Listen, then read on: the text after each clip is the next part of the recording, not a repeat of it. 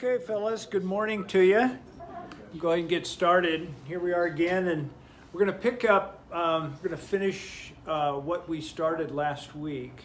And what I have done through, my daughter sent me this video and said, Dad, you have really got to see this because it ties in exactly with what you talk about. And so I showed a section of this video last week, tying it into our study with Jacob, and we're going to actually look at a selected portion. Kind of, we built the base, and then hopefully give a lot of time for table talk this morning, correlating Philip's experience with Jacob, and then of course our own experience as well as men. So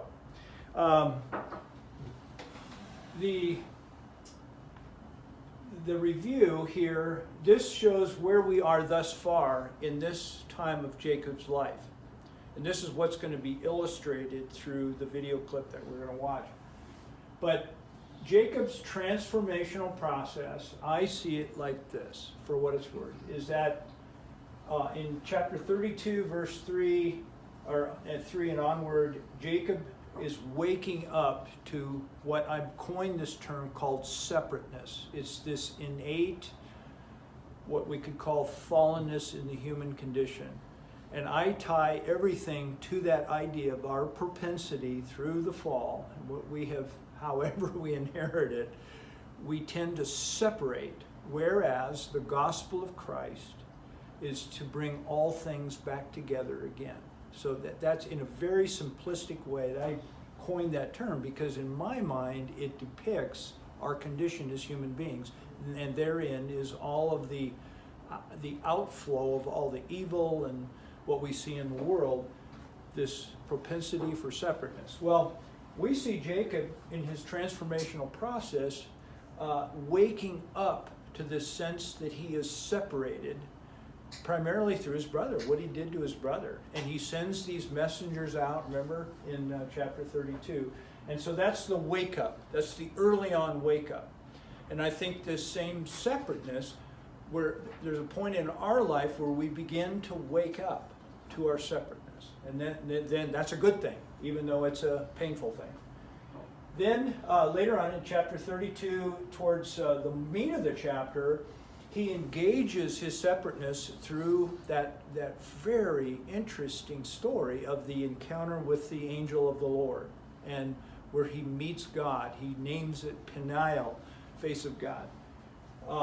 So he engages his separateness there.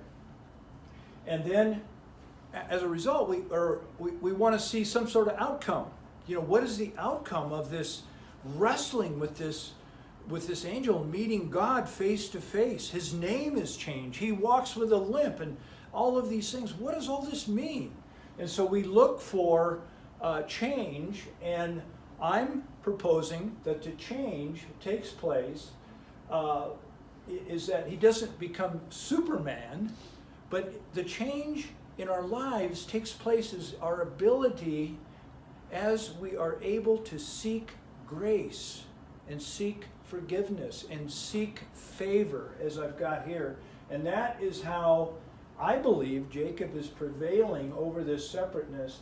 We see it in 33, and that's where we are right now, is this asking for help, seeking favor.